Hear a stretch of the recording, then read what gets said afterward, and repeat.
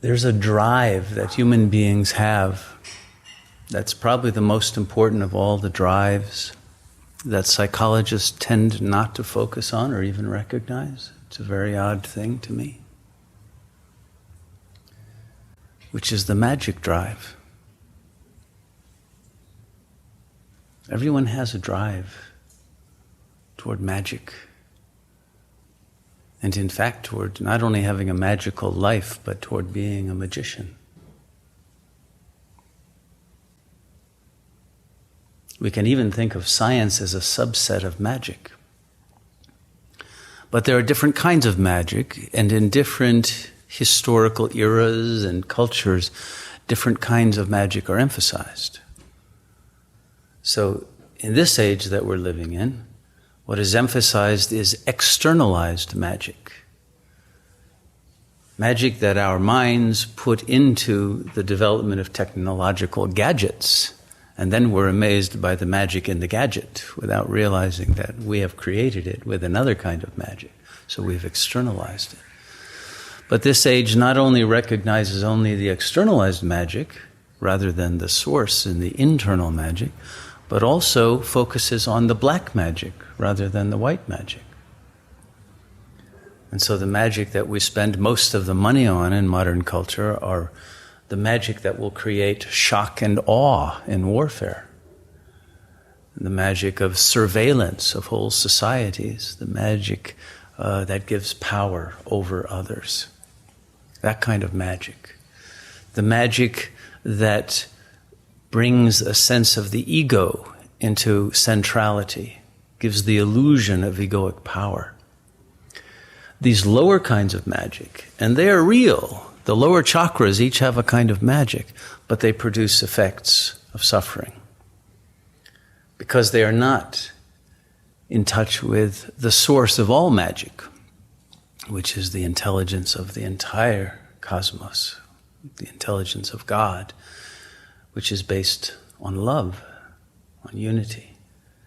So the magic of the ego is based on a partial identity that wants to separate and control and possess, even destroy the other. And we are now suffering from the effects of the success of these lower kinds of magic that have in fact succeeded in destroying the unity, the love, the harmony, the very basis of life in this natural world. And so we have to return, if we wish to survive, to another kind of magic, a higher kind of magic that is both inner rather than external, and that is white magic rather than the black magic. And to do that, we have to give up the idea that the ego itself is the magical object or the magician. It is the surrender to the one true magician through which the magic of divine power can flow. And so the ultimate magic is salvation, or liberation and life, freedom from suffering, freedom from fragmentation, freedom from delusion, despair, anxiety.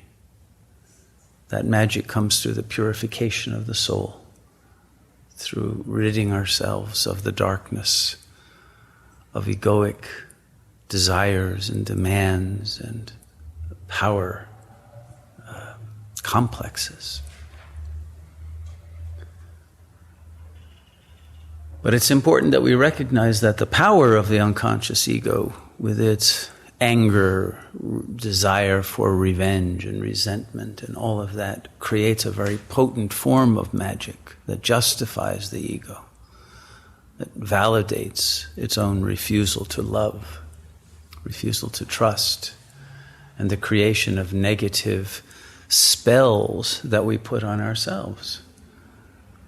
Because each ego is under a magic spell, a spell that it has created over itself so that it will not wake up. And once it comes under that spell, then the situation becomes hopeless because the ego can no longer remove itself from the spell that it has put itself under. This is the passion for ignorance that is spoken of by the Buddhists and by Lacan and by many other theorists who have attempted to understand why it's so difficult for people to change, even when they come into therapy or they come into some spiritual path. Why does it seem so difficult? It's because the ego is under a magic spell. These spells vary in their strength. So if one early in life had put one under the spell of what psychiatrists would call psychosis, then there isn't even a mind that can be logically talked out of being under that spell any longer. Those who are only neurotic, who have put themselves under that kind of a spell, can be spoken to.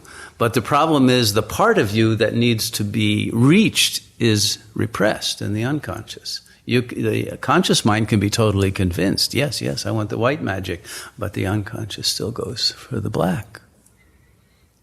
And so this split mind, which is also simply a product of a magic spell, it's not a real split in any true sense, but it's a split at the level of one's belief in oneself, which creates operationally a situation in which there is more than one mind operating through a single body, and that can be fragmented to the point of incredible amounts of multiple personality disorder.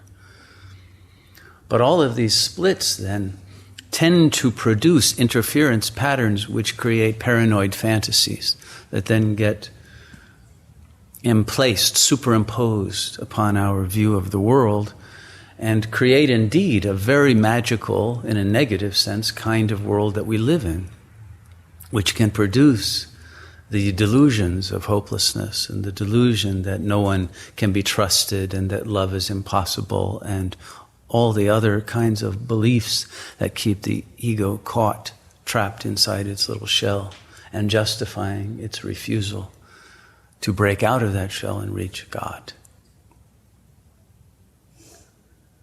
And since this supreme beingness, this ultimate mind and heart of the universe is the only magic that will ultimately free us, the spell itself creates a kind of catch-22 that keeps us trapped out of fear of the very being who would release us from the negative magic. And each time we talk to ourselves with negative chatter, we are reinforcing a magic spell upon ourselves. This is why it's so important in meditation to quiet the mind. In that state of silence, at least for a period of hopefully 40 minutes, you are not reinforcing the magic spell. And as it weakens, then the real magic of the inner light can break through into one's awareness. And especially if it's done in a space like this, where we have an energy field that is very magical, because the heart is open in many beings here and is harmoniously synergizing a field of love. And in that state, it's much easier for the ego's shell to soften and be permeable to the magic of divine love. And ultimately, when we choose that magic and we repeat the affirmations of mantras that represent the highest magic, the mind itself will break through the ego's false logic and enter into the silence of divine presence. And that magic will liberate our awareness from the sense of being a separate entity, from the magic that all of this is. So we must empty ourselves first of the effects of the negative magic spells. And then by a constant reaffirmation and remembrance of the true source of magic, through that drive to be a white magician, not a black magician, through surrendering to the true source of magic, liberation becomes easy, because all magic is effortless by its very nature.